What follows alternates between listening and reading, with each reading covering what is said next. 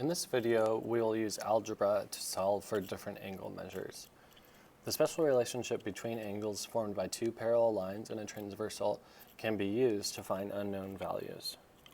One special relationship that exists between transversals with two parallel lines is a perpendicular line. Theorem 3.4 states that in a plane, if a line is perpendicular to one of two parallel lines, then it is perpendicular to the other.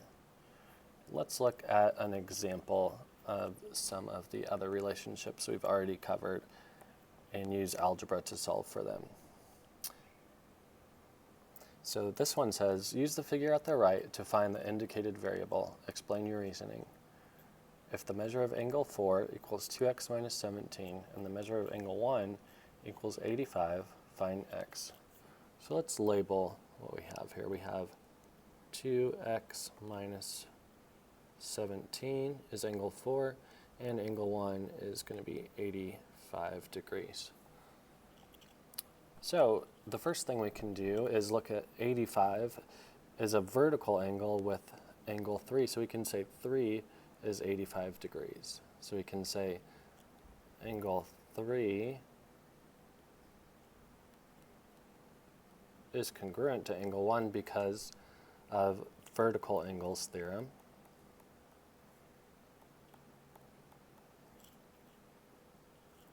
And then angle 3 equals 1. So the actual angle itself, the measure of angle 3 equals the measure of angle 1.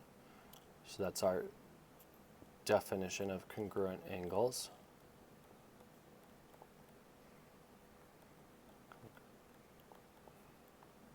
Definition of congruent angles. And then, since we already know that angle 1 equals 85, we know that 3 equals 85 by substitution. So we're just going to substitute 85 in for angle 1. Substitution. And we can see here that 85 and 2x minus 17 are going to be consecutive interior angles. And by the consecutive interior angles theorem, we can say that the measure of angle 3 plus the measure of angle 4 equals 180 degrees. Since we know that they're supplementary, and this is our definition of supplementary angles. So let's plug in for angle 4. And for angle 3, we can use substitution to plug in 85 for angle 3 plus 2x minus 17 equals 180. That was our substitution. And then let's simplify. On the left side, 85 minus 17 becomes 68. So we have 2x plus 68 equals 180. Then we can subtract by 68 on both sides. We get 2x equals 112, and that was using our subtraction property of equality. And then our division property of equality, we can divide by 2 on each side and get x equals 56. Let's try one more example. If we need to find y, if we know that angle 3 equals 4y plus 30 and angle 7 equals 7y plus 6. So let me erase what we've put here so far so we can start with a clean slate. Angle 3 equals 4y plus 30. And angle 7 equals 7y plus 6. So these are alternate interior angles, and according to alternate interior angles theorem, we can say that these angles, angle 3 and angle 7, are congruent by the alternate interior angles theorem.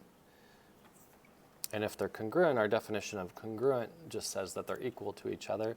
So let's set 7y plus 6 equal to 4y plus 30?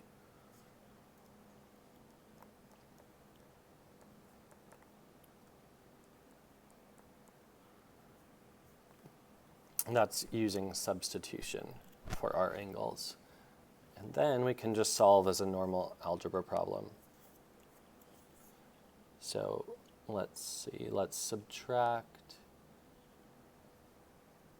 4y from both sides using our subtraction property of equality. Then we have 30 equals 3y plus 6.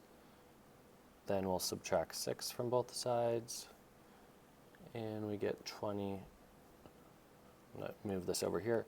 24 equals 3y, and again the substitution property of equality, and then the division property of equality. We can divide by 3 on both sides to get y equals,